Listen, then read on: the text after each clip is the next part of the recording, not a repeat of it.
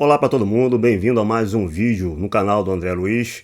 E é o seguinte, pessoas, o debate entre Túlio Cristofoletti e Lucas Banzoli em torno do Sola Escritura continua repercutindo nas redes sociais.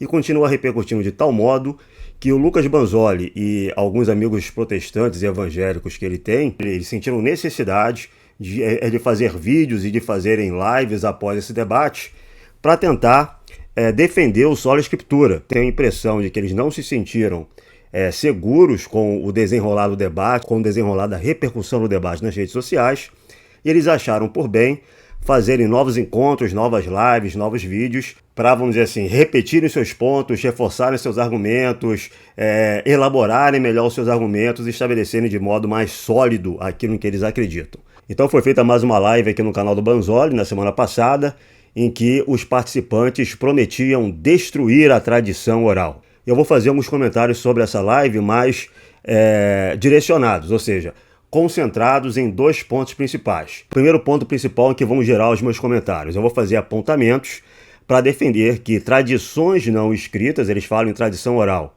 Eu prefiro falar em tradições apostólicas não escritas.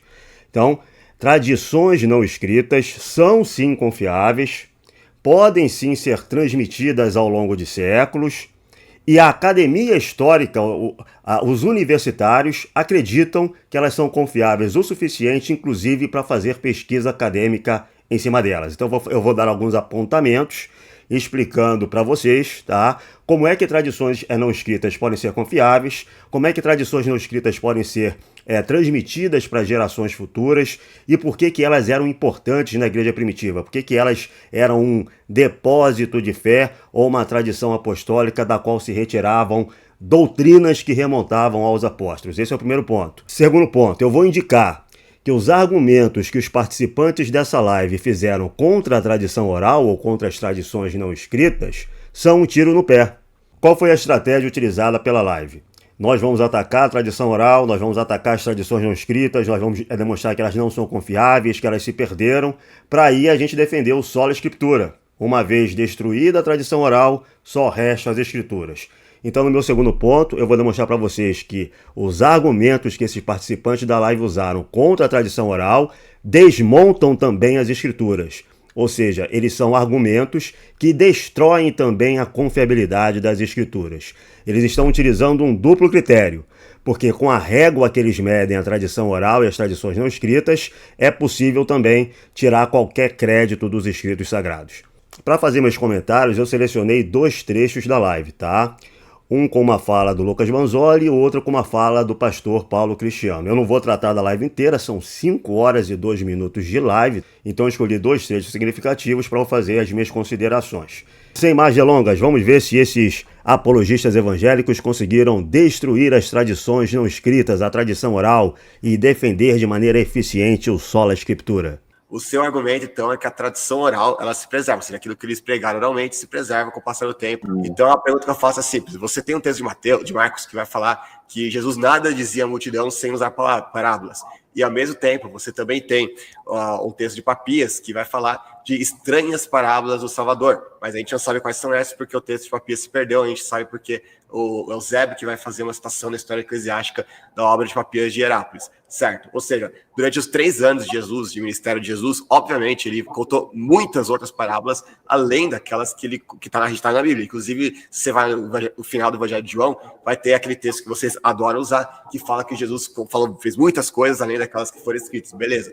Então é o seguinte, se aquilo que foi pregado oralmente se preserva, assim como, no mesmo nível daquilo que foi escrito, você poderia citar para a gente uma parábola de Jesus, que não aquelas que foram registradas no Evangelho, além daquelas que estão na Bíblia? Você tem uma parábola de Jesus que foi preservada apenas unicamente por tradição oral? Bom, em primeiro lugar, é necessário ter atenção àquilo que as escrituras estão dizendo, tá? São João está dizendo que Cristo fez e falou outras coisas que não estão registradas em livros, que nem todos os livros do mundo poderiam conter os ensinamentos de Cristo. Mas ele não está falando especificamente de parábolas. Ele está dizendo, Cristo falou um montão de outras parábolas, tá? Que não podem ser registradas nos livros do mundo. Está falando de ensinamentos e feitos. Em segundo lugar, Cristo falava em parábolas para as multidões, mas para os seus discípulos, para os seus apóstolos, ele dava a conhecer discretamente, ele dava a conhecer os mistérios do reino de Deus. Está lá nas Escrituras.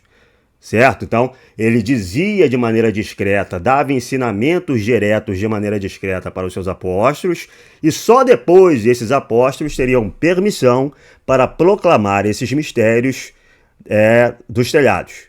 Isso nos leva ao terceiro ponto. Quando a gente fala de tradições não escritas vindas dos apóstolos, nós não estamos falando necessariamente de relatos da vida de Cristo, de narrações da vida de Cristo, de parábolas de Cristo, de ditos de Cristo, de falas, frases ditas por Cristo que não estão presentes no Evangelho. Não é necessariamente desse tipo de coisa que nós estamos falando. Nós estamos falando de ensinamentos apostólicos que remetem a Cristo e que estão sendo ensinados pelos apóstolos às igrejas, tá? Um ensinamento apostólico, uma tradição não escrita, ela não precisa reproduzir palavra por palavra aquilo que Cristo disse para ter legitimidade apostólica. É possível passar ensinamentos apostólicos com as próprias palavras dos apóstolos, sem que os apóstolos reproduzam ipsis literis os discursos de Cristo. São Paulo fazia isso. Você pega uma carta de São Paulo, ele não está reproduzindo nessa carta escrita os ditos de Cristo, os relatos de vida de Cristo, as parábolas de Cristo. Ele está dando ensinamentos, alguns deles doutrinários, mas ele está passando esses ensinamentos com suas próprias palavras, sem reproduzir os discursos ou dos 12 apóstolos ou do próprio Senhor. Então Lucas está reduzindo essas tradições apostólicas não escritas a tradições orais, que contam relatos, parábolas e ditos de Cristo, quando na verdade é uma coisa muito mais ampla que isso. Mas para responder aí a pergunta do Lucas, sim, nós temos sim ditos de Cristo, parábolas de Cristo, relatos sobre a vida de Cristo, que foram transmitidos ao longo de gerações e que não estavam originalmente no Novo Testamento, né? Eu vou dar aqui alguns exemplos. Amigo evangélico, coloca aí no seu Google, ágrafa, palavra ágrafa, certo? E você vai ver que existem ditos de Jesus, tá? Ágrafa são ditos de Jesus que não são encontrados nos evangelhos canônicos. Você vai ver que existem ditos de Jesus que são encontrados em Atos dos Apóstolos, em um documento chamado Ordem Apostólica da Igreja, que é do terceiro século. Você tem um dito de Cristo que circulava ainda no terceiro século e que não está no Novo Testamento. Você tem ditos de Cristo em citações dos padres, como na primeira epístola de São Clemente de Roma, como na epístola de São Policarpo aos Filipenses, como em um dos fragmentos de São Pápias de Herápolis, um fragmento que é trazido em uma obra de Santo Irineu de Lyon. Ele traz uma parábola inteira de Cristo. Você tem fragmentos em São Justino Mártir, em São Clemente de Alexandria, em Orígenes. Então existem esses fragmentos, esses ditos que circulavam na igreja primitiva e que são citados nos padres apostólicos no segundo século, no terceiro século. Aliás, a própria obra de São Pápias de Herápolis, citada pelo Lucas Banzoli, é uma obra que circulou entre os cristãos até o século IV, pelo menos. O São Pápias de Herápolis era um bispo ali da virada do primeiro para o segundo século, e ele coletou diversas tradições orais, apostólicas ou não, que eram trazidas pelos discípulos dos apóstolos ou então por pessoas que tinham ouvido os apóstolos, né? Então ele coletava essas tradições orais e escreveu uma obra em 4 volumes chamada Exposições dos Ditos do Senhor. Então a igreja tinha acesso, os pais da igreja, as lideranças da igreja, eles tinham acesso a essas tradições orais, tá? Pelo menos até o século IV. Essas tradições orais que traziam relatos e ditos de Cristo e que foram coletadas por São Pápias de Herápolis. Eles tinham conhecimento dessas tradições orais, apostólicas ou não, até o século IV. O que eu estou dizendo apostólicas ou não? Porque essas tradições orais nem sempre elas se remetem aos apóstolos, né? O ministério público de Cristo era visto por diversas pessoas. Diversas pessoas tiveram acesso ao que Jesus dizia, ao que Jesus fazia, aos milagres de Cristo, aos eventos da vida dele. E essas pessoas contavam histórias sobre isso. E essas histórias viravam tradições orais que circulavam entre os populares. E essas tradições orais eram passadas à frente. Algumas tinham legitimidade apostólica, tinham sanção apostólica, outras não. Algumas se transformaram em tradições pias da igreja, tradições piedosas, ou então ensinamentos esparsos sobre pontos específicos da vida de Cristo que não são matéria de fé e doutrina, e outras tinham mais força porque eram sancionadas e legitimadas pelos sucessores dos apóstolos, pelos bispos e presbíteros, tá? Os bispos e presbíteros que cuidavam dessas comunidades onde essas histórias circulavam, eles davam legitimidade a algumas delas e elas ganhavam mais força que outras que circulavam sem essa legitimidade. Ou seja, nem toda a tradição oral que vem do primeiro século é uma tradição apostólica. Mas sim, existiam tradições orais falando de relatos, eventos da vida de Cristo, ou então falas de Cristo que foram transmitidos durante muito tempo dentro da igreja. Eu imagino que o Lucas Banzolli saiba disso, certo? Eu imagino que ele saiba disso. Uma pessoa bem informada, ele não pode deixar de saber que existem ágrafa. Ele não pode deixar de saber que existe pelo menos uma parábola de Cristo em Saint Irineu de Lyon. Eu acho que ele quer usar isso como uma pegadinha, porque essa parábola de São Papias, esse fragmento de São Papias que existe em Saint Irineu de Lyon trazendo uma parábola de Cristo, é interpretado por Saint Irineu de Lyon dentro de uma visão milenarista, quiliasta. Então eu imagino que o Lucas Banzolli está dizendo o seguinte, então existe essa parábola em Saint Irineu de Lyon, mas o Saint Irineu de Lyon interpreta essa parábola de um modo milenarista. Então por que vocês não são milenaristas? O problema é que tradições orais, elas podem ser interpretadas de diferentes maneiras. Não é porque você tem uma tradição oral, um relato, que necessariamente você interpreta esse relato da maneira correta. É a mesma coisa que um escrito. Não basta você ter um escrito apostólico que isso te garante a correta interpretação desse escrito. Basta ver os protestantes, que têm uma interpretação diferente para cada igreja que eles formam. Eles têm os mesmos escritos do Novo Testamento e cada um deles vai interpretando diferente do outro, criando novas doutrinas, umas incompatíveis com as outras, e ainda juram que não existe divisão entre eles. Então isso mostra que você ter o mesmo escrito ou a mesma tradição não escrita, não implica que você tenha uma interpretação correta sobre ele. Ou então os protestantes todos, eles, vamos dizer assim, concordariam sobre tudo, quando na verdade eles discordam de tudo. Um revisionismo histórico, você sempre coloca a Bíblia na frente. Não é assim. Não é assim. Tá, eu posso fazer minha tréplica, então. Bom, eu perguntei qual parábola de Jesus que não foi escrita, porque obviamente Jesus contou muitas parábolas além daquelas que estão no Evangelho, mas ele falou não, ele não sabe nenhuma parábola além daquelas que estão no Evangelho, ou seja, ele está comprovando que a única forma de você preservar aquilo que foi originalmente pregado oralmente é justamente através daquilo que foi escrito. Não, ele não está comprovando isso. Primeiro porque ele não disse que existiam outras parábolas de Cristo. E não é óbvio que existissem outras parábolas de Cristo. Isso é uma pressuposição do Lucas Banzolli, tá? Que ele está tirando do nada por motivos erísticos para fazer essa, vamos dizer assim, para compor esse argumento. Mas essa é uma premissa que não é nada óbvia, de que existissem outras parábolas. Ou que ter ou não outras parábolas esgota as tradições não escritas apostólicas. Nada disso comprova a ideia de que as tradições não escritas foram perdidas ou que elas não foram aproveitadas na igreja para compor doutrinas ou para compor a fé da igreja. Além disso, os outros participantes da live trataram aquilo que o Francisco Brandão falou sobre a prioridade da oralidade sobre o escrito do Novo Testamento. Eles trataram isso como se fosse uma coisa irrelevante, até uma coisa meio burra, né? Eles fizeram aqui uma cara de enfado, como se o Francisco Brandão estivesse dizendo algo completamente reles, tivesse pouca acuidade mental, ao fazer notar que antes dos evangelhos serem escritos, aquelas histórias foram transmitidas oralmente. E, portanto, se a tradição oral ela é pouco confiável, então a escrita dos evangelhos acaba sendo pouco confiável também. Veja bem, nem todos os relatos, nem todos os discursos descritos nos evangelhos canônicos, eles foram objeto de testemunho oral pelas pessoas que o escreveram. Eu posso dar exemplos aqui de episódios dentro dos evangelhos canônicos que não foram testemunhados pelos seus escritores nem pelos apóstolos. Por exemplo, o capítulo 14 do Evangelho de São Mateus fala da morte de São João Batista, porque Herodes tinha mandado prender e ligar João e tinha algemado e metido no cárcere por causa de Herodíade, mulher de seu irmão Filipe, porque João dizia-lhe, não tinha lícito tê-la por mulher. E querendo matá-lo, teve medo do povo, porque este o considerava como um profeta.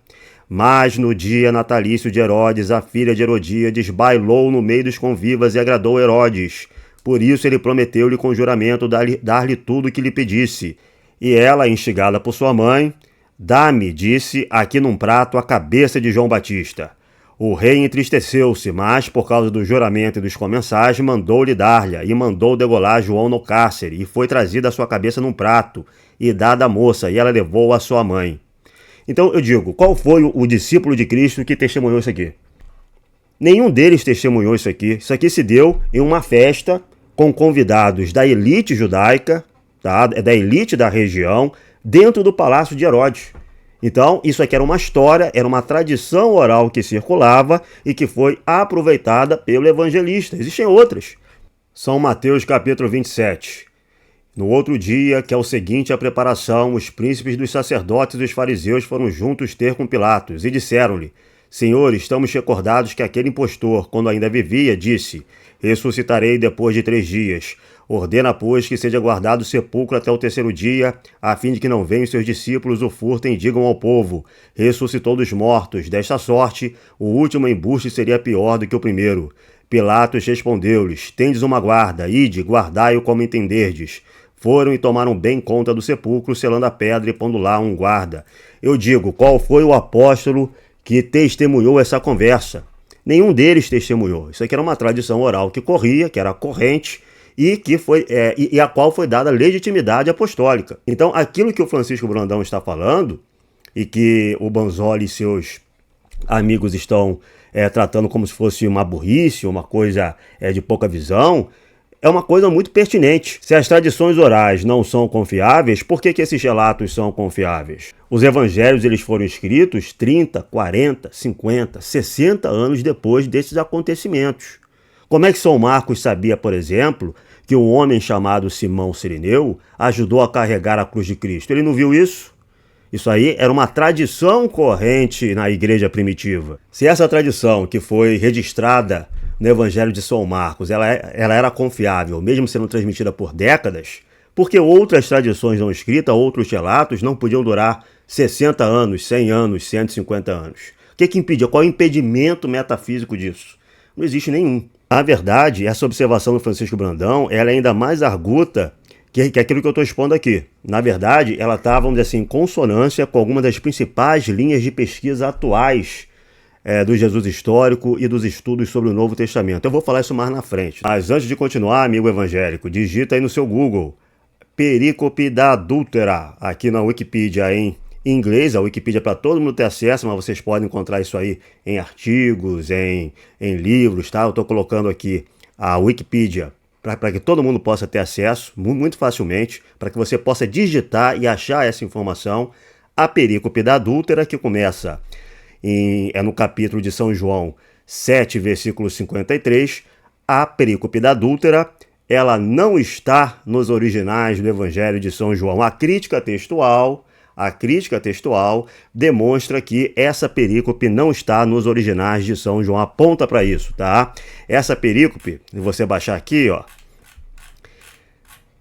essa perícope está ausente de todos esses manuscritos que nós podemos encontrar do Evangelho de São João. Está ausente, completamente ausente, inclusive dos manuscritos mais antigos. Não existe essa perícope lá. Em outros manuscritos, essa perícope aparece em versões mais ou menos longas. Ou seja, existem versões com mais ou menos palavras, frases, versículos dessa perícope. E nos manuscritos em que essas versões aparecem, elas aparecem em locais diferentes do Evangelho de São João. Algumas colocam essa perícope depois do capítulo 21. E existem até manuscritos em que essa perícope aparece no Evangelho de São Lucas. No Evangelho de São Lucas. Então, pela crítica textual, pela reconstrução feita pela crítica textual, pela comparação desses manuscritos que existem do Novo Testamento e do Evangelho de São João, para a gente reconstruir aquilo que é mais próximo dos originais, essa perícope não saiu da pena de São João quase que seguramente. Ela foi introduzida no Evangelho de São João por volta do final do século II e início do século III. Agora, isso significa que ela é uma invenção?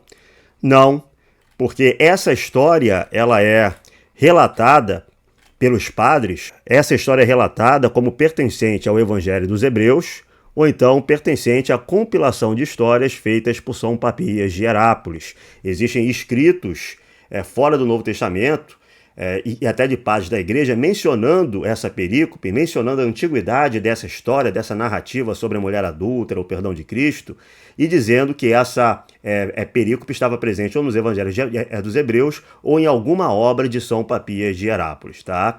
Então veja, isso também é uma narrativa, um relato que circulava oralmente pela igreja, que não estava originalmente nos textos do Novo Testamento, mas circulava na igreja no segundo século, no terceiro século, até que a igreja decidiu inserir em um dos evangelhos. Claro que vão ter evangélicos que vão dizer que não, que essa perícope sempre fez parte do Evangelho de São João, não foi inserida, etc e tal. Mas não é o que aponta a crítica textual, tá? A crítica textual tem provas materiais e manuscritos que indicam, inclusive os manuscritos mais antigos, que indicam que essa perícope não saiu da pena de São João. Se a gente dá margem para dizer que a tradição oral ela pode se corromper, por que não a Bíblia? Porque a Bíblia a gente tem os documentos, né? A gente tem 5.000 manuscritos gregos para comparar. A tradição oral, Não, vocês nem sequer presta atenção. compilaram a tradição. Não, a questão é o que antecede a isso. A questão é o que antecede a isso. Quando nós fazemos um retrocesso histórico, o que vem primeiro não é o escrito, o que vem primeiro é uma pregação oral, e foram mais de 30, 40 anos. Sim, nesses 40 anos... E onde essa tradição oral foi preservada? Nesses 40 anos, se vocês dão uma margem para dizer a tradição oral ela pode ser corrompida, nesses 40 anos, o que vai me garantir que essa tradição ela não foi corrompida? Bom, então você vem aqui que o Lucas Banzoli dá um migué, ele não responde ao Francisco Brandão. E quando ele responde, ele diz o seguinte, nós podemos confiar nas escrituras porque nós temos 5.000 manuscritos que nós podemos comparar. Só faltou o Lucas Banzoli avisar a você, amigos evangélicos, que esses 5.000 manuscritos divergem entre eles. Existem trocentas divergências, dezenas de milhares de divergências entre esses 5.000 manuscritos.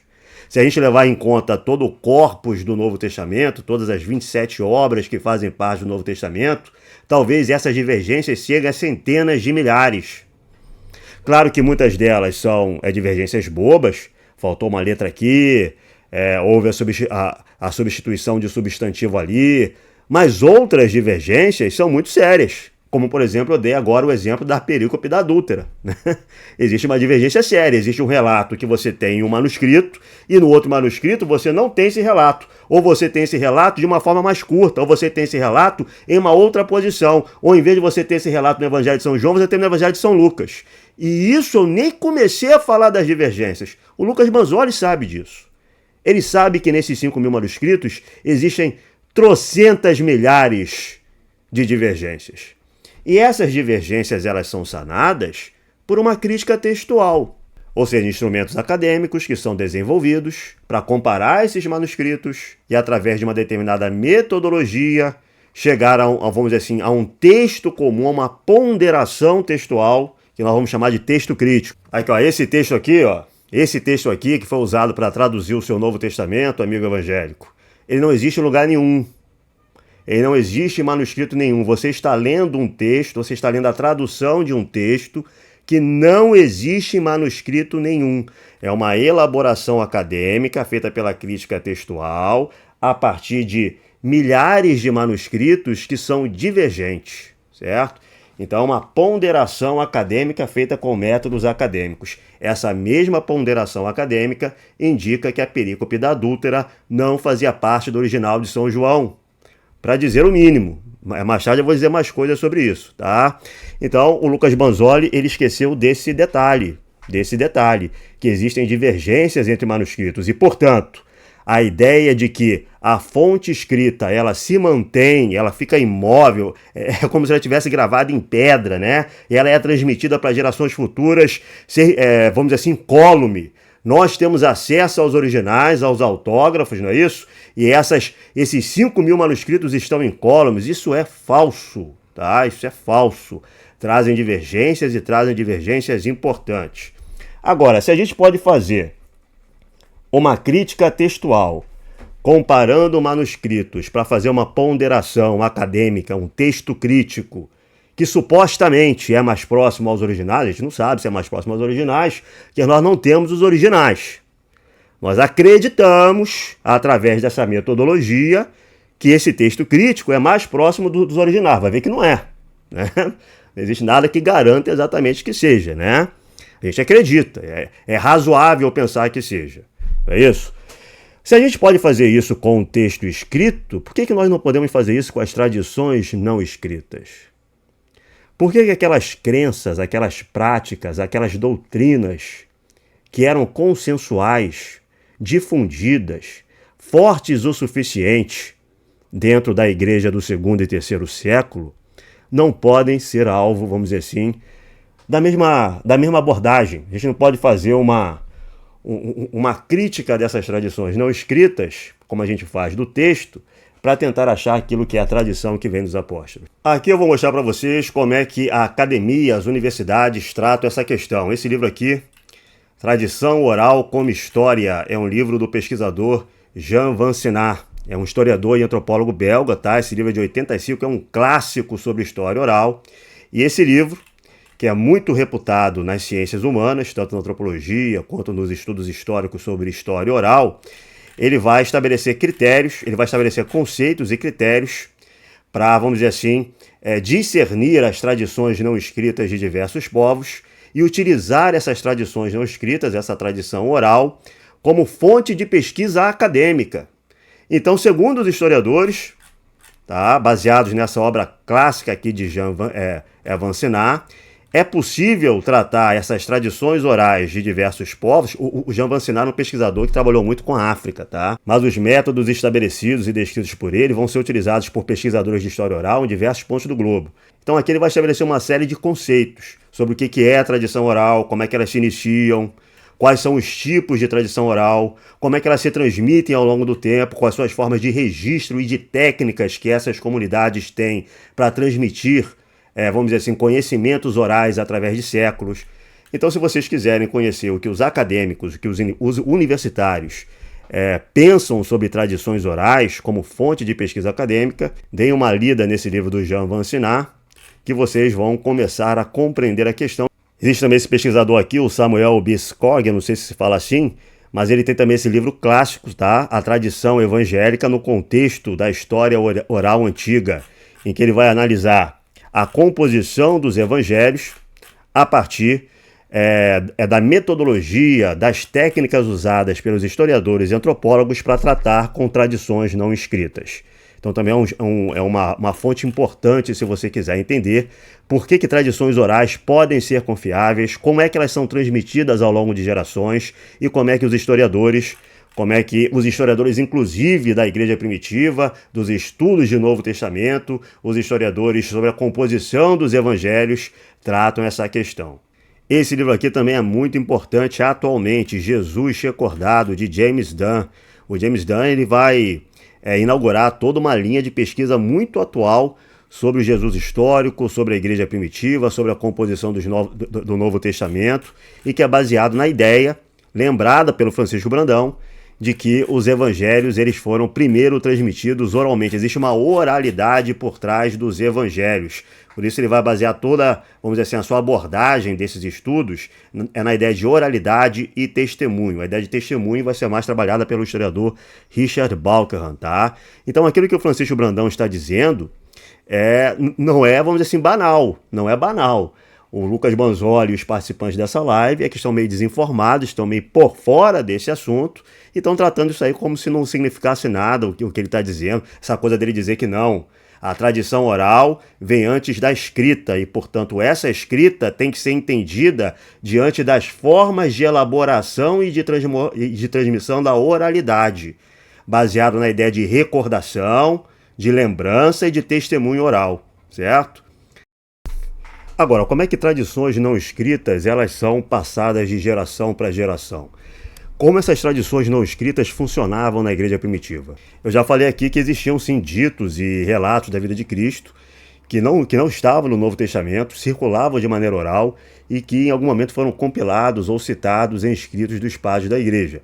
Mas essa não é a única forma de transmissão dessas tradições não escritas. Eu vou aqui falar de algumas outras maneiras como essa igreja passava para frente esses ensinamentos apostólicos.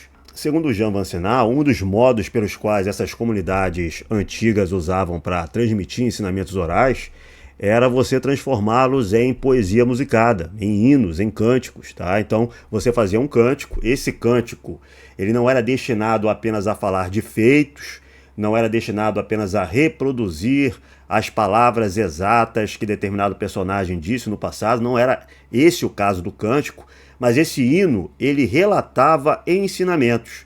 E o Novo Testamento, por exemplo, ele está cheio desses hinos cristãos primitivos. Eu vou citar aqui, por exemplo, o 2º capítulo da Epístola aos Filipenses. Essa passagem aqui, ó, o qual, existindo na forma ou natureza de Deus, não julgou que fosse uma usurpação o seu ser igual a Deus, mas aniquilou-se a si mesmo, tomando a forma de servo, tornando-se semelhante aos homens e sendo reconhecido por condição como homem. Humilhou-se a si mesmo, fazendo-se obediente até a morte e morte da cruz. Por isso também Deus o exaltou e lhe deu um nome que está acima de todo nome, de modo que ao nome de Jesus se dobre todo joelho no céu, na terra e no inferno, e toda língua confesse que Jesus Cristo é o Senhor, na glória de Deus Pai. Se você vai na Bíblia de Jerusalém, eles vão fazer aqui uma observação, ó. Os versículos 6 a 11 são provavelmente um hino cristão antigo, semelhante a Colossenses, 1 Timóteo, 2 Timóteo, que Paulo cita. Tradicionalmente foi interpretado em função de esquema divino descendente e ascendente da divindade. Ou seja, São Paulo ele não está escrevendo aqui, nessa passagem, um ensinamento da própria cabeça dele. Existia um hino cristão, que era conhecido pelas comunidades apostólicas, que ele está citando porque ele sabe que a comunidade para a qual ele está escrevendo conhece esse hino. E esse hino, que é da Igreja Apostólica, está passando uma série de ensinamentos sobre Cristo. E, tipo assim, existem diversos outros no Novo Testamento. Eu vou citar outro. Primeira Epístola de São Pedro, capítulo 2. Com efeito, para isso é que vós fostes chamados, pois que Cristo também sofreu por vós, deixando-vos o exemplo, para que sigais as suas pisadas. Ele que não cometeu pecado, em cuja boca se não encontrou engano, quando injuriavam, não injuriava, sofrendo, não ameaçava, mas entregava-se ao justo juiz. Foi ele mesmo que levou os nossos pecados em seu corpo sobre o madeiro, a fim de que, mortos para os pecados, vivamos para a justiça. Por suas chagas fostes sarados. Porque vós éreis como ovelhas desgarradas, mas agora vos convertestes ao pastor e guarda das vossas almas. E essa passagem aqui, do versículo 21 ao 25, também é considerado pela crítica textual provavelmente como um hino cristão, quase que certamente como um hino da igreja primitiva. Ou seja, um hino é uma poesia musicada de origem apostólica destinada a passar determinados ensinamentos dos apóstolos. E existem muitos outros. No Evangelho de São Lucas, o Magnificat, ele provavelmente era um hino da igreja atribuído a Nossa Senhora, não era algo que São Lucas estava escrevendo naquele momento da cabeça dele. Era um hino conhecido da igreja apostólica, passando ensinamentos e que provavelmente era atribuído a Nossa Senhora. O livro do Apocalipse está também cheio de hinos cristãos antigos. Deixa eu dar aqui um exemplo para vocês. O Credo Niceno Constantinopolitano ele é cantado nas igrejas ortodoxas há 1500 anos. Em toda a liturgia, os cristãos ortodoxos cantam o credo em determinado momento. Eu aprendi a cantar o credo não lendo em algum livro, em algum panfleto. Eu aprendi a cantar o credo na prática dentro da minha comunidade religiosa, assim como aprendi a cantar diversos outros hinos, alguns de 1500 anos de idade. Veja, eu não estou dizendo que o credo niceno constantinopolitano remontava aos apóstolos. Eu estou dizendo que essa prática da igreja de transmitir de maneira comunitária ensinamentos através de atos litúrgicos, através de histórias dentro das comunidades, através de poesias musicadas e hinos, essa prática era uma prática já da igreja do primeiro século. E essa forma de transmissão, esses hinos, não deixaram de existir na igreja com a morte do último apóstolo. Morreu o último apóstolo, ninguém canta mais. Aquilo que eles nos ensinaram através de hinos, ninguém canta mais, tá? Acabaram os hinos. Não, esses hinos continuavam sendo cantados. A gente tem tradições de hinos em escritos do 2º e 3º século, nas constituições apostólicas. Na Didaquê você tem hinos também, você tem estruturas. A gente tem estruturas de poesia musicada e litúrgica dentro do próprio texto da Didaquê. Então, esses hinos, eles tiveram, assim como essas tradições orais, esses ditos de Cristo, algumas histórias e relatos da vida dele tiveram continuidade no 2º, 3º e 4º século, alguns hinos transmitindo ensinamentos apostólicos também. Agora, qual é a importância disso? Não é necessário que esses hinos tenham chegado incólumes até a nós. Não é necessário isso. O que é necessário é entender que esses hinos que esses ensinamentos, que essas transmissões ainda existiam na igreja do segundo século e elas ajudavam a conformar uma proto-ortodoxia dentro dessas comunidades. Elas ajudavam a modelar aquilo que nós chamamos de tradição apostólica, que era a regra de fé dessas comunidades, e aquilo que os católicos romanos vão chamar de depósito de fé. Esse conjunto de ensinamentos não escritos que são transmitidos através desses meios, relatos, ditos de Cristo, parábolas, hinos, ensinamentos diretos, palavras litúrgicas. Eu vou dar uma outra forma de você transmitir ensinamentos. Sinais. Em algum momento aqui dessa live, o pastor Paulo Cristiano, ele vai dizer que não tem nada contra o sinal da cruz, que ele faria numa boa o sinal da cruz, caso ele estivesse em um país comunista, onde houvesse perseguição aos cristãos, então ele não se incomodaria de fazer o sinal da cruz como meio de reconhecimento entre cristãos. Ele provavelmente sabe que o sinal da cruz é um sinal antiquíssimo, está na tradição da igreja pelo menos desde o século II, provavelmente desde o início da igreja apostólica, tá? Então é um sinal antiquíssimo, só que ele não servia apenas para reconhecimento entre cristãos. O sinal da cruz, ele transmite ensinamentos de fé. Quando você faz o sinal da cruz, você não está fazendo apenas um sinal de reconhecimento. Nesse sinal, nesse gesto, está inscrito, está embutido determinados ensinamentos concernentes à fé cristã.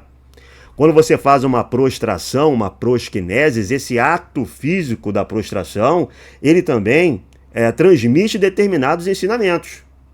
O ato de orar para o Oriente não é apenas uma prática, um costume, ela é uma ortopraxis. Esse ato de orar para o Oriente transmite determinados ensinamentos. Então, aquilo que se faz, os gestos ritualísticos, cerimoniais que são feitos, essas performances, como diz o Jean Vancinat, essas performances, elas também são meios de transmissão de ensinamentos importantes. O fiel está fazendo determinados gestos e, ao fazer o gesto, esse gesto inscreve nele determinado ensinamento e determinada doutrina. Então, é uma outra forma de você transmitir esses elementos. Uma outra forma de transmissão são os ritos mistéricos ou os mistérios, como a Eucaristia, por exemplo, que os apóstolos ensinavam presencialmente. Eu sei que tem lá na carta aos Coríntios, São Paulo falando da ceia do Senhor, certo? Mas ele tinha ensinado a Eucaristia de maneira detalhada, presencialmente, para as suas comunidades religiosas. Ele só está relembrando naquela carta aos Coríntios, ele só está relembrando aos seus discípulos, certo? À sua comunidade, aos seus filhos espirituais, ele só está lembrando a eles certos aspectos dessa comemoração eucarística que eles estavam, vamos dizer assim, esquecendo, que eles estavam negligenciando. Mas ele tinha ensinado a Eucaristia como realizar a Eucaristia, o que dizer na Eucaristia, o que fazer durante a Eucaristia e o significado da Eucaristia presencialmente. E isso era transmitido pelas igrejas. Os apóstolos ensinavam presencialmente e isso era transmitido através de ritos, através das gerações. Então existe um conjunto de maneiras de fazer esse registro de ensinamentos não escritos e de passá-los às gerações futuras. E o ponto é, a igreja do segundo século, a igreja do terceiro século recebeu esses registros, tá? Recebeu esses registros e esses registros conformaram nela uma proto-ortodoxia. E olha só, essa proto-ortodoxia formada pela tradição apostólica ou pelo depósito de fé, essa proto-ortodoxia vai ser utilizada como critério, inclusive, para definir o cânone do Novo Testamento. O cânone do Novo Testamento vai ser consolidado a partir de uma série de critérios elaborados pela liderança das igrejas apostólicas, e uma delas era justamente a conformação desses escritos a essa proto-ortodoxia que tinha sido modelada por essas tradições não escritas. Então eu já tratei aqui do primeiro ponto, a maneira como essas tradições não escritas são elaboradas, a maneira como elas passam para as próximas gerações e a maneira como elas modelam o jeito de ser dessas igrejas apostólicas, o que é exatamente esse depósito de fé, essa tradição apostólica, tá? Eu não vou nem esmiuçar isso mais, existem ainda outros meios de fazer essa transmissão, práticas ascéticas, formas de oração, formas de prática religiosa, transmissões que são feitas por ascetas, por monges, mas eu não vou nem esmiuçar isso mais. O que eu disse até aqui já é suficiente para entender que essa igreja primitiva está sendo modelada por essa proto-ortodoxia que tem origem em tradições não escritas e que essa proto-ortodoxia vai ser usada para compor doutrinas, inclusive para escolher o cânone, até para compor o cânone, tá? Então vamos avançar agora para o segundo ponto. Vamos encarar agora os argumentos utilizados pelos evangélicos dessa live para falar contra a tradição oral. E vamos pegar essa régua que eles estão usando, certo? Para demolir a tradição oral, para criticar a tradição oral, e vamos ver se o que resta da aplicação dessa regra é o solo escritura. Vamos ver se as próprias escrituras resistem a essa regra que eles estão usando. Então vamos fazer um exercício. Pela régua com que vocês medem, vos medirão a vós. Colocando aqui a questão da Igreja Ortodoxa, a ideia da tradição é que alguma coisa foi repassada oralmente pelos apóstolos para os discípulos, aliás, de Jesus para os discípulos, dos discípulos para os seus sucessores, dos seus sucessores para aqueles primeiros líderes de todas as igrejas, né? No caso aí, por exemplo, seguindo a versão católica, Pedro fundou a Igreja de Roma, então Pedro passou para Lino, que passou para o outro, foi passando até chegar no Papa atual. Assim também acontece com as igrejas fundadas no Oriente, em Antioquia. Lembrando que Pedro, a tradição fala que antes dele ir para Roma, ele foi bispo e fundador da igreja em Antioquia. Ele foi bispo ali, da igreja em Antioquia, onde ele passou uma tradição... Inácio na Carta aos Magnésios. Certo. Lembrando que isso não é negado pelos católicos romanos, tá? Os católicos romanos aceitam isso numa boa. Isso não é uma contradição entre a igreja ortodoxa e a igreja católica romana. André, nós temos Bartolomeu, e por aí vai. Todos os apóstolos que fundaram essas tais igrejas. Estão espalhadas. Todas elas, alegadamente, têm uma tradição que vem dos apóstolos. Tá? O problema é que quando você vai para a história, você vê que essas tradições, elas entram em contradição. Bom, um exemplo claro e factual, histórico, é a discussão de Policarpo com o bispo Estevão. Acho que foi Estevão. A respeito da questão da Páscoa. Aniceto, perdão. Enquanto Policarpo falava que tinha recebido uma tradição antiga do apóstolo João, Aniceto falava que tinha recebido, não do bispo de Roma, mas dos presbíteros que foram antes dele. Nem bispo monarca tinha naquela época. Não, isso são questões secundárias. Deixa eu acabar de falar, Francisco. Depois você fala, Francisco. Então, você vê que tem duas tradições, as duas falam que vieram da boca dos apóstolos, tradições apostólicas. E aí, quando você vai analisar, você percebe, por exemplo, a questão do filioque. Agora, o que tem a ver essa questão da Páscoa? Sim, são duas tradições apostólicas, uma que vai ser elaborada nas igrejas da Ásia Menor e outra que vai ser elaborada em Roma. Uma cuja testemunha era São Policarpo de Esmirna, outra cuja testemunha era Santo Aniceto. Agora, o que isso tem a ver com a inexistência de uma tradição apostólica? Certo? São João tem estabelecido a data da comemoração da Páscoa na Ásia Menor de um jeito, e São Pedro ou São Paulo tem estabelecido a data da comemoração da Páscoa em Roma de outro jeito, não fala nada contra a existência de uma tradição apostólica. Esse tipo de divergência demole a tradição apostólica? O que dizer, por exemplo, com a divergência entre os apóstolos sobre a admissão de gentios na igreja? Se a gente lê o livro de Atos, a igreja primitiva parecia não saber como admitir os gentios dentro da igreja. Parecia que não existia um mandamento de Cristo sobre a admissão dos gentios. Cristo não deixou para os apóstolos um ensinamento dizendo, os gentios, quando entrarem para a igreja, eles precisam seguir toda a lei, eles precisam passar pela circuncisão, precisam cumprir as leis dietéticas, todas as leis da Torá. Nem deixou um ensinamento dizendo, eles não precisam cumprir a lei. Os apóstolos, aparentemente, nos anos 40 do primeiro século, tiveram que tomar essa decisão importante, porque parece que eles não tinham uma tradição vinda de Cristo. Ou se tinham, era uma tradição discordante, certo? Então, esse tipo de divergência não diz nada contra a existência de uma tradição apostólica. Ou então a tradição apostólica já estaria conspurcada desde os anos 40 do século I. O que dizer, por exemplo, com a divergência dentro dos evangelhos sobre o dia da crucificação de Cristo? Olha só, o cristianismo, ele foi construído, o cristianismo dos apóstolos, dos 12, ele foi construído em torno da crucificação e da ressurreição do Senhor. No entanto, amigo evangélico, escuta essa. Existe uma divergência dentro dos evangelhos sobre o dia em que Cristo foi crucificado. Todo mundo que estudou um pouco a questão sabe disso. Sabe que nos evangelhos sinóticos, Cristo é crucificado no dia posterior ao sacrifício do Cordeiro Pascal no templo, e que no evangelho de São João, Cristo é crucificado no dia do sacrifício do Cordeiro Pascal. Os sinóticos discordam do evangelho de São João quanto à data da crucificação do Senhor. Claro que existem diversas tentativas de harmonizar as duas datas, tá? Eu conheço pelo menos de cabeça umas 4 ou 5.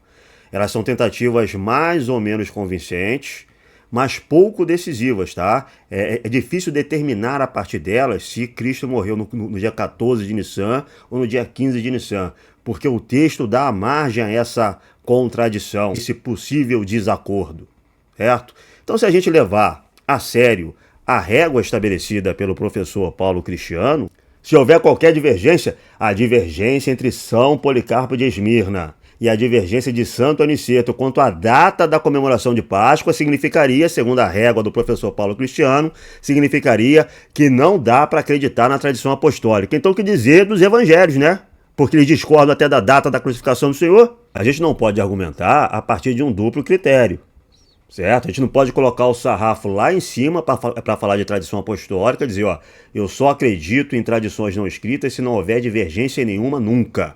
E colocar um sarrafo lá embaixo quando falar de escrituras sagradas. Existe uma aparente divergência grave, difícil de resolver, até quanto à data da crucificação do Senhor, e eu vou tapar meus olhos, eu vou fingir que não existe, e vou dizer, não, isso aí é a palavra de Deus, completamente confiável, só a Escritura.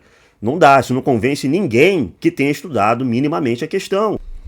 Cuidado, amigo evangélico, para saber se a medida que vocês estão usando para analisar a confiabilidade das tradições não escritas deixa em pé as tradições escritas. As igrejas ortodoxas falam que os romanos não seguem a verdadeira tradição apostólica ou a tradição da igreja, que eles modificaram a questão do filioque. E cada um fica usando a sua própria tradição para justificar a sua posição. A filioque não é questão de tradição apostólica. A filioque é uma doutrina estabelecida em concílio ecumênico no final do século IV, certo? Tipo assim, a gente não pode pegar toda e qualquer divergência entre a Igreja Católica Romana e a Igreja Ortodoxa e dizer que isso é uma divergência dentro da tradição apostólica. Não é. Os padres na Igreja Ortodoxa utilizam barba.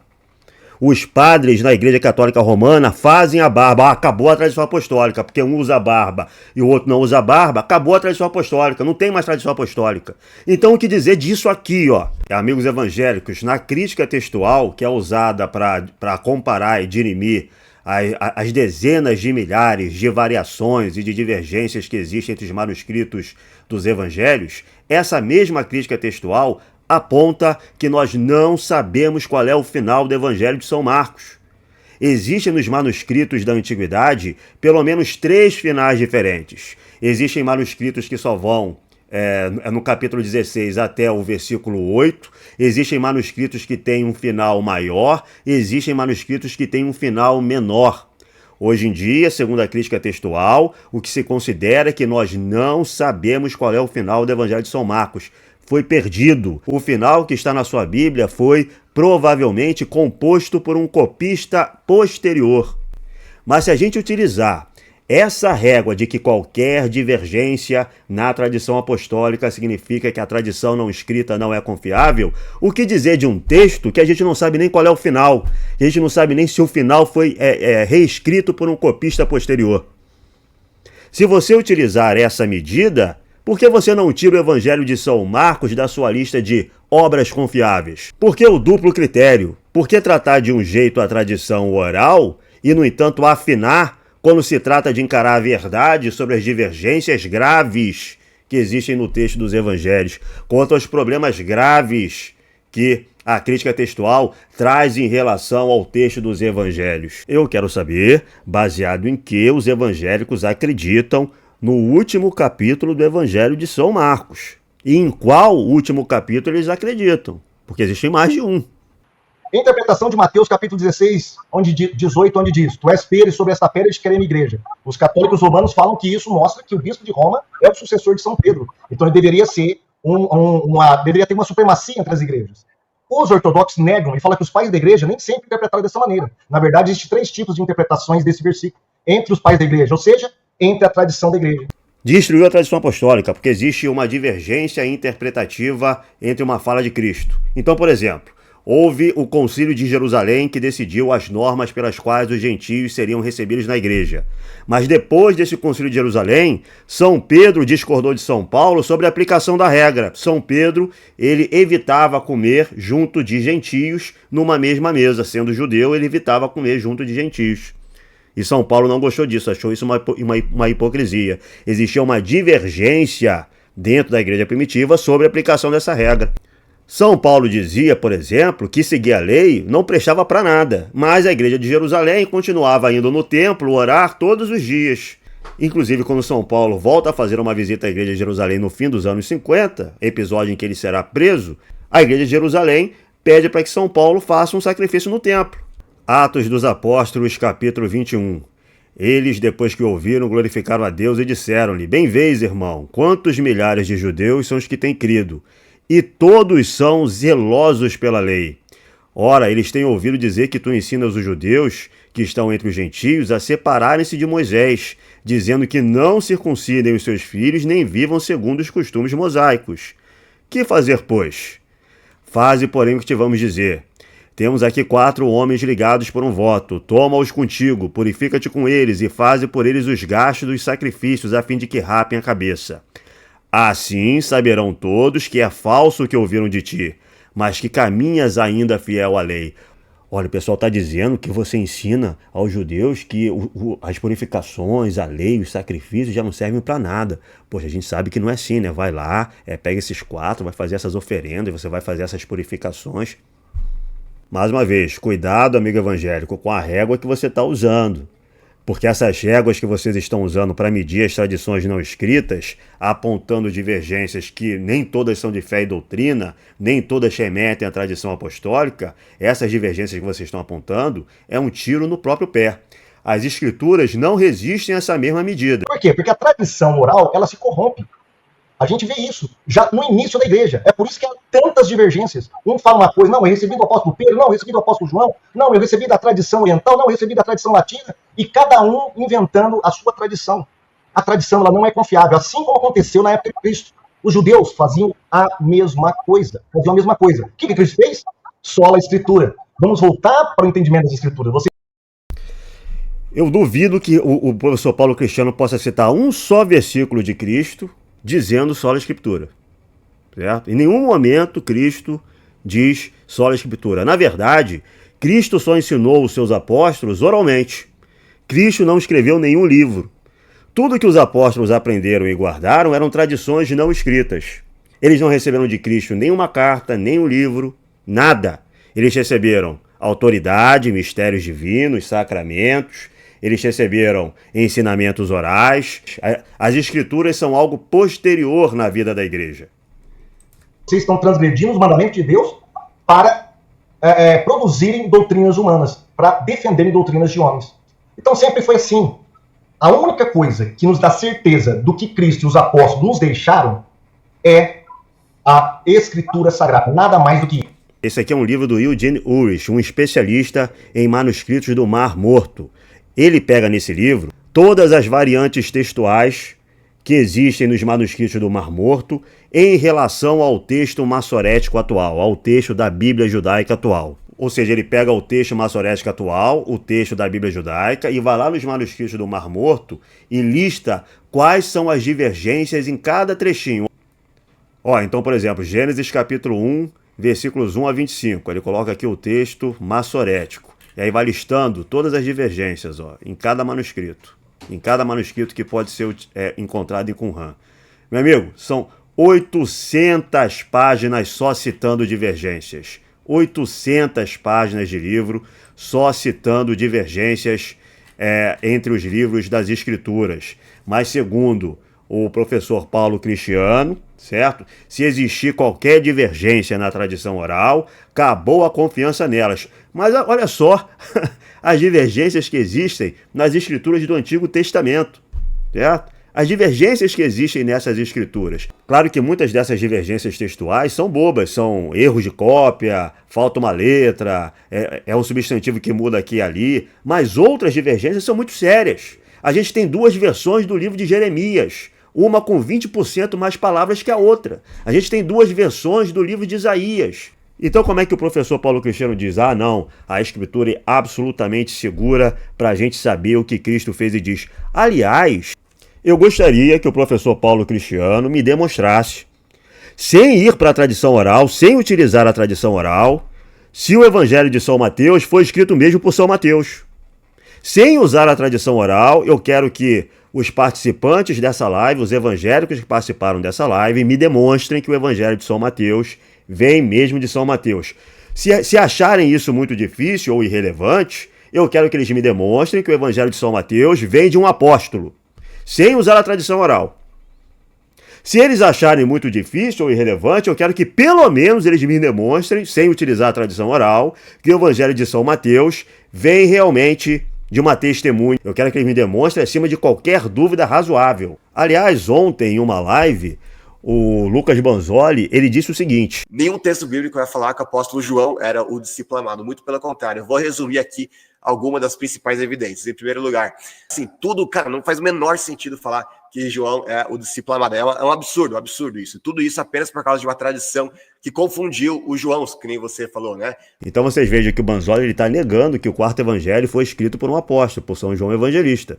Ele está compondo uma hipótese sobre quem teria sido, baseada em suposições dele, em cima de tradições da igreja. Mas a tradição da igreja, dos padres, é muito clara. São Clemente de Alexandria vai dizer que foi São João Evangelista, São Vitorino de Pator, Santo Irineu de Lyon, São Policarpo, o fragmento muratoniano vai dizer que foi São João Evangelista. E dizem, existe até pesquisas acadêmicas que dizem que até São Papias dizia que era São João Evangelista, tá? Que São Papias teria conhecimento sobre o Evangelho de São João, sim, e teria citado alguma coisa a respeito. Mas toda a tradição da igreja do 2º século afirma que é São João Evangelista. Mas o Lucas, ele está dizendo que não é São João Evangelista, que quem escreveu não foi um apóstolo, está especulando sobre quem talvez seja. Ele vai chegar à conclusão que talvez seja São João Presbítero, ou então São Tiago Justo, mas isso são especulações. Então você, amigo evangélico, olha só, hein? A régua segundo os quais os participantes dessa live estão usando para julgar a tradição oral, não consegue demonstrar nem que as escrituras, nem que as obras do Novo Testamento têm origem apostólica. Pode ter sido qualquer um que escreveu aquilo ali.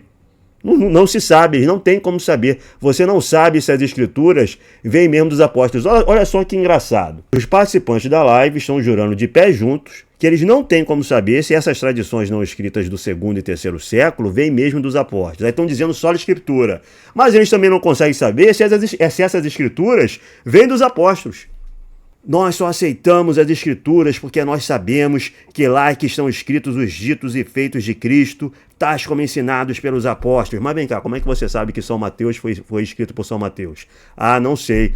Como é que você sabe que São João foi escrito por um apóstolo? Não sei. Talvez tenha sido escrito por São Lázaro, por um sacerdote de Jerusalém, por uma seita gnóstica, por uma comunidade joanina fora dos 12. Sei lá.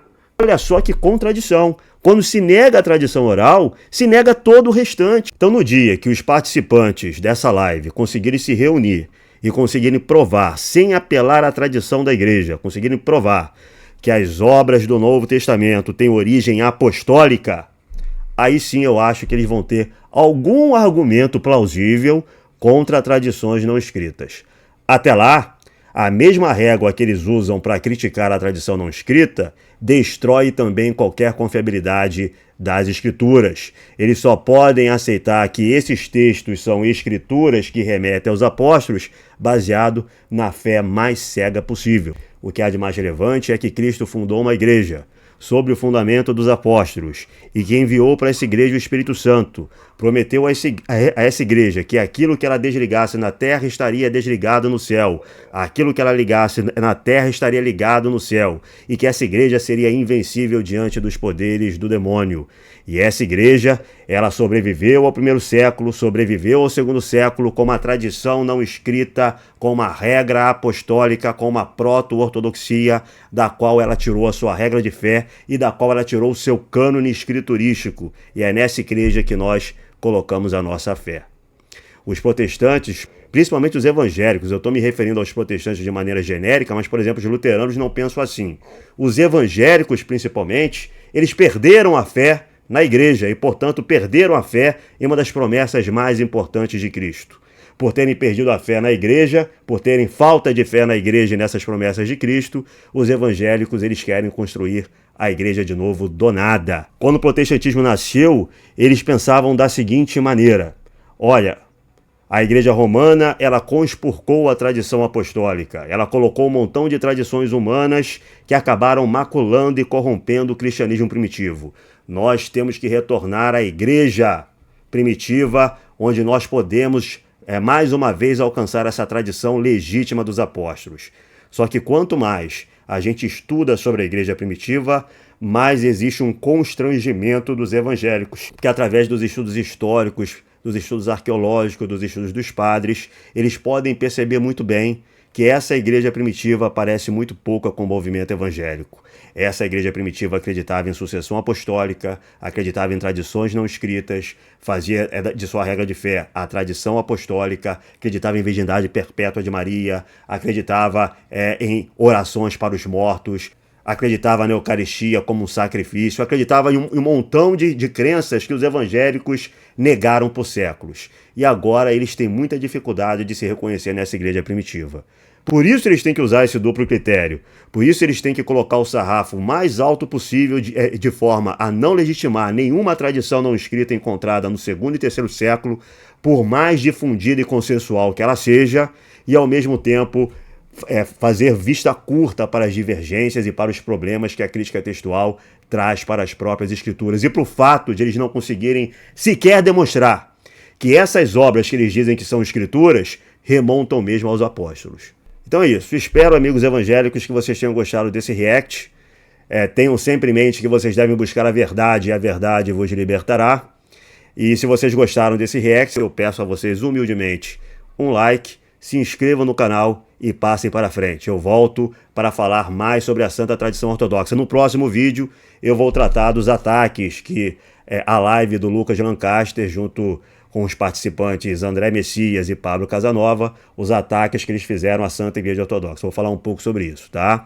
Então se inscrevam no canal, deem um like e a gente volta outro dia para continuar falando, conversando sobre a Santa Tradição. Valeu!